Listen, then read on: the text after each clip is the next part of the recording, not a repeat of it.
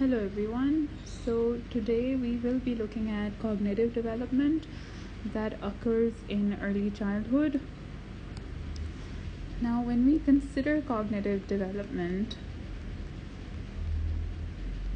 in early childhood, right, the first theory that we consider is and this is in early childhood, so around 2 to 7 years.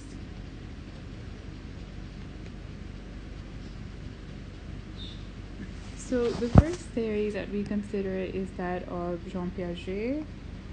Then we briefly look at some points that have been brought forth by Vygotsky. And then we consider some aspects of the information processing way of looking at cognitive development as well. When we say that we'll be looking at Piaget, we will also be looking at, because Piaget has been the most influential and the most well-known of all of these different theories or theoretical frameworks that have tried to explain cognitive development during this period. So we will also consider what later empirical evidence says about, what Piaget posited about the way that cognitive development is happening, right? But one of the major differences, outside of any theoretical framework, if you just talk about observation and what is developing, so what we see is that a major development that children make during early childhood, which we're talking about the period from 2 to 7 years, right, is that there is a great increase in mental representation. Now that obviously runs parallel to the acquisition of language, right? Mental representation basically means that children are increasingly using symbols, right, to communicate, and they're understanding what a symbol is, right? Not just to communicate, but to also understand and to do various other different things, such as, for example, one very important aspect of childhood development is how something called make-believe play evolves. Now, what exactly is make-believe play? Make-believe play is what you see children doing when they're pretending. So sometimes they'll say, I'll pretend to be, right? So sometimes they'll say that, I'll pretend to be, let's say, someone who is working at the grocery store, and you pretend to come and buy stuff from me. Or I'll pretend to be a doctor and you come to, get yourself tested, or you get a checkup from me, right? So all of this constitutes what is termed make-believe play. One of the things that's happening as make-believe play is becoming more advanced, right, is that children they're basically using, when they're pretending, they have to use symbols. When they use language such as, I will pretend to be a doctor and you pretend to come get a checkup, right? So they are mentally representing what a doctor means, right? Or what a doctor is and what sort of activities a doctor performs. Or when they're saying, I'll pretend to be someone who works as a receptionist, right? And you come to the store. So they are mentally representing a receptionist and what the role of a receptionist looks like at a store, right? So mental representation is basically becoming more complex. Another thing that researchers notice about make-believe play as children age is that make-believe play tends to become less egocentric as children age, right? What does that mean? So egocentric means revolving around the self, right? So as children age, make-believe play becomes less egocentric. What that means is that, for example, if children are pretending to eat, initially they'll only be feeding themselves, or whatever their make-believe play is, it will be focused on the self, right? But as they grow up, the make-believe play will become less egocentric, it will become more directed towards other people as well. So for example, if they're still pretending to feed, they will not only be feeding themselves, they might start feeding their toys as well. They might start feeding other people around them, pretend feeding other people around them, right? So that's one of the ways that make-believe play is changing as children are aging. Another way in which it's changing is that it's combining a lot more schemes. What does that mean?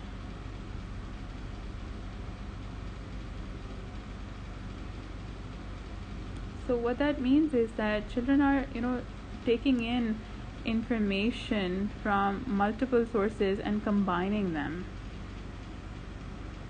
Right? So for example, when they say something like, I'll be the receptionist and you come to buy something from me. So they're combining what they know about buying and selling, about what they know about, how this system works, in which one person gives them something and the other person, receives something, right? So that's what it is. So, it's combining a lot more schemes and it's becoming more complex. So the interactions that they're also pretending to execute are becoming a lot more complex, right? How else is it changing? One very important way in which make-believe play is also changing is that it's becoming more detached from real-world surroundings. So children will be using objects in a much more novel way, in the sense that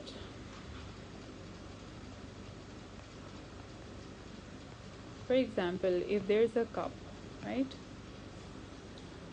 Initially, when children are younger, they will only be using this cup to drink from, right, as a drinking tool.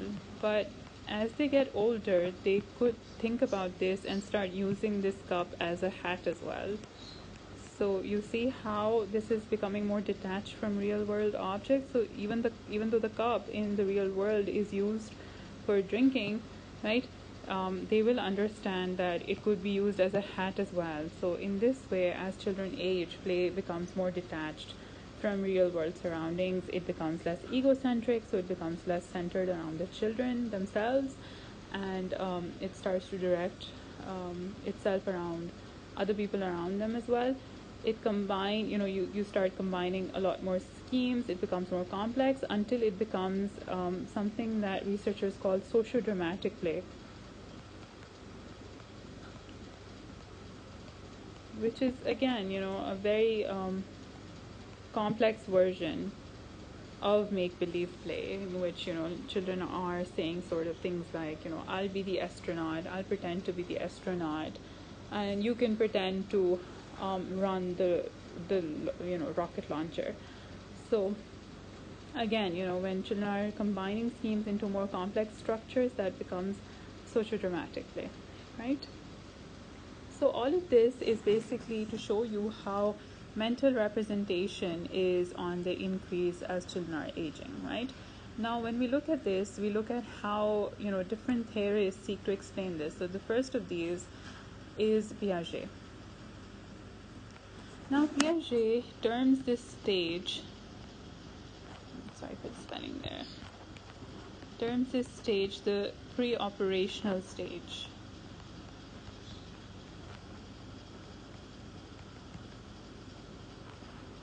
Now, what does this name suggest to you? It suggests that, this is a stage which is not yet concrete in some way. It's basically sort of a preparatory stage, right? So Piaget believed that children at this stage still lack a lot of different cognitive abilities. That's why he termed it the pre-operational stage, right? And the biggest thing that he pointed out, which is something that you see in children who are let's say 2.5 years of age, and you see this getting better as they age though, is this inability to represent dually. What does that mean? So children of this stage are not capable yet of dual representation. What does this mean? So in the previous slide, we looked at this example in which we said that, children are sometimes able to, look at a cup when they're playing and use it as a hat, right? But children who are 2.5 years of age, right, they're incapable of using this cup as a hat. When they're pretending, they will only use this as a cup, right? And they will never use it as a hat. What does this show us? This basically, what it shows us is that children are not able to use the same symbol, right, or the same object for two different things. They're not able to represent it in two different ways. That's why it's called dual representation, right? So, for them, the cup holds one meaning, and that is that it is a utensil from which you can drink.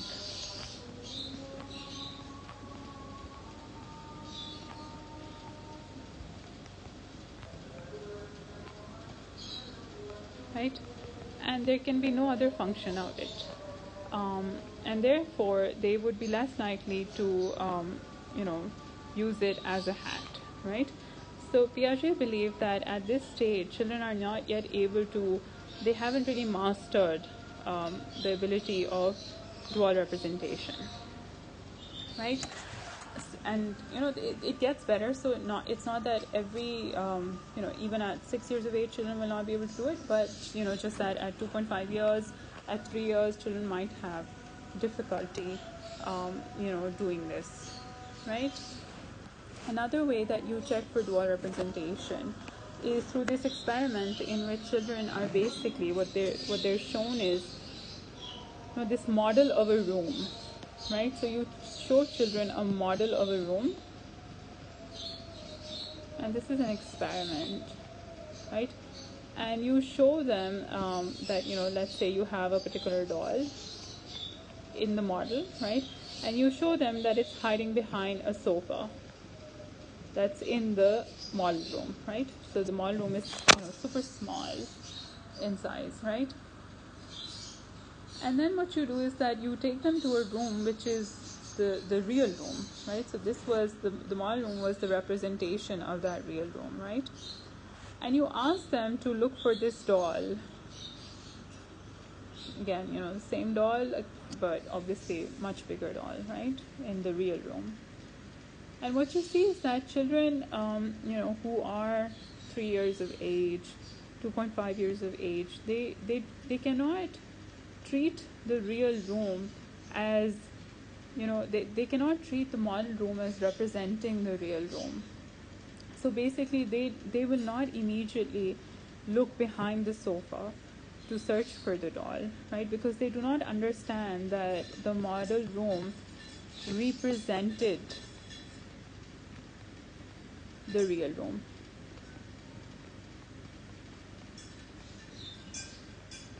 Right? They believe that the model room represented something in itself, right? So they cannot make this transition that the model room could also be representing not just itself but something else as well, right? So again, this required them to have some ability to have some sort of dual representation, right? So that's one of the shortcomings according to Piaget, that children. But they're learning this through this stage. So it's not that, all children who fall within this stage, who fall within 2 to 7 years of age are not able to do this. At 2.5 years, you have difficulty. Even with this experiment with the model room, right? What you see is that if an adult shows them similarities, points out similarities between the real room and the model room, then children are able to find the doll successfully. But, that is with some amount of help, that they're able to see that the model room was a representation of the real room, right?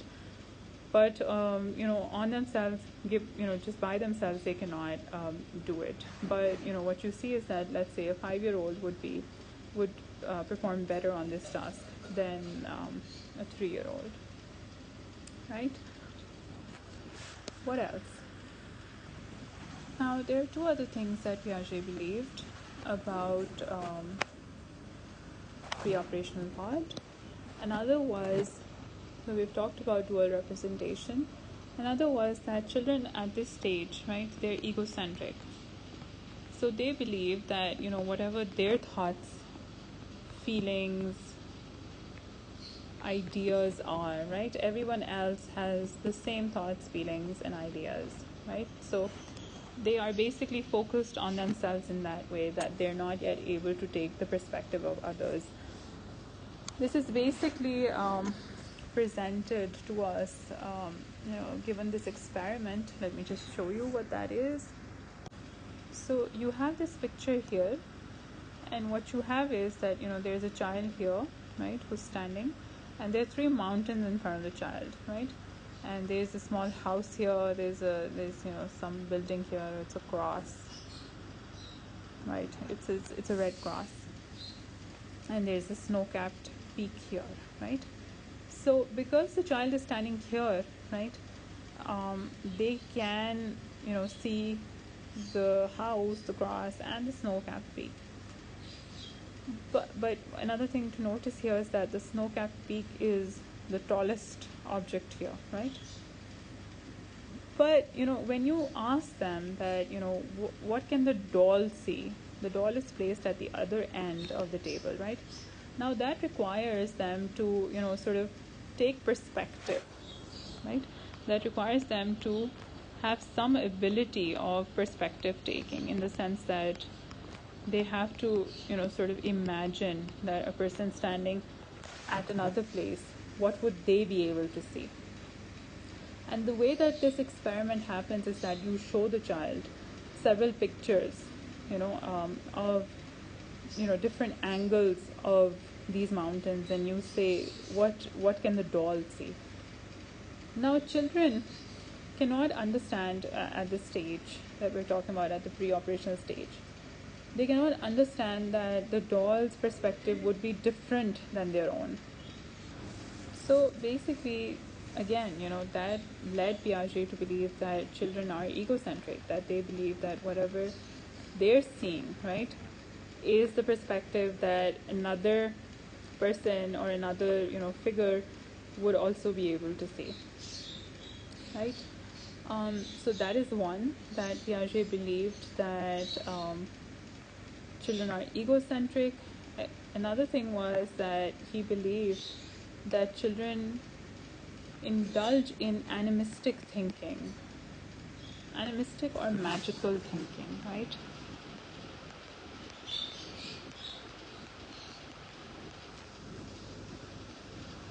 So basically, what does this mean?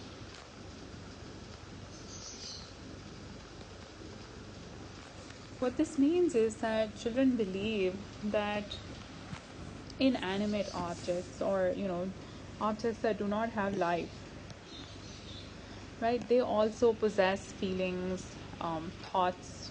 They also have the power to do something, or cause certain things in life, cause certain events, right? So basically, inanimate objects also have something like feelings or thoughts or beliefs, right?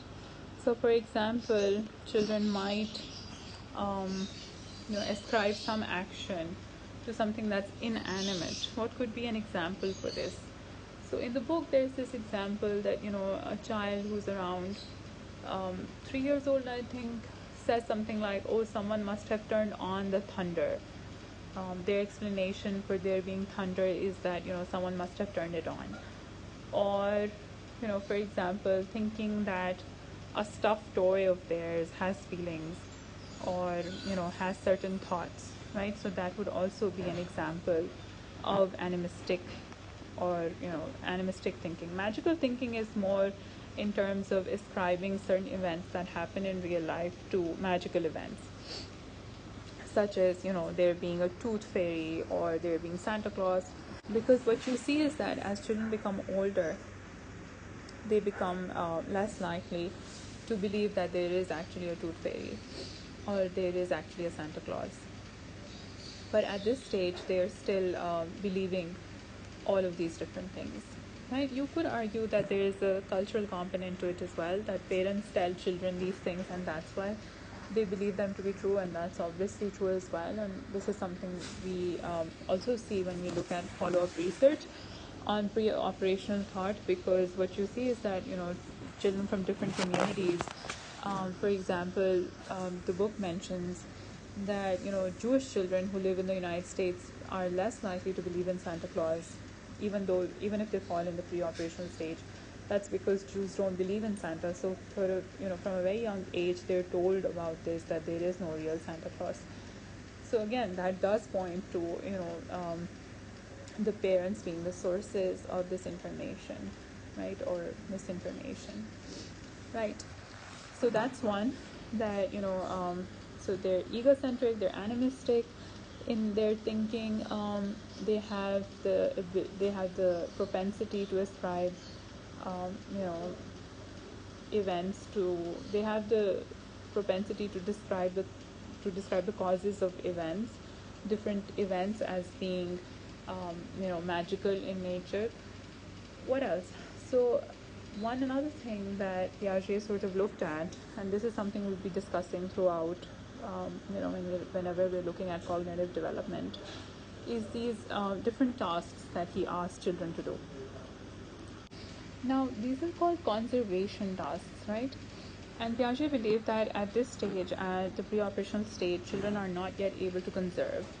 Now, what does that mean? So basically, what he meant by that is that, when you, for example, you present children these coins, right? There are 1, 2, 3, 4, 5, 6, there are 12 coins here, right?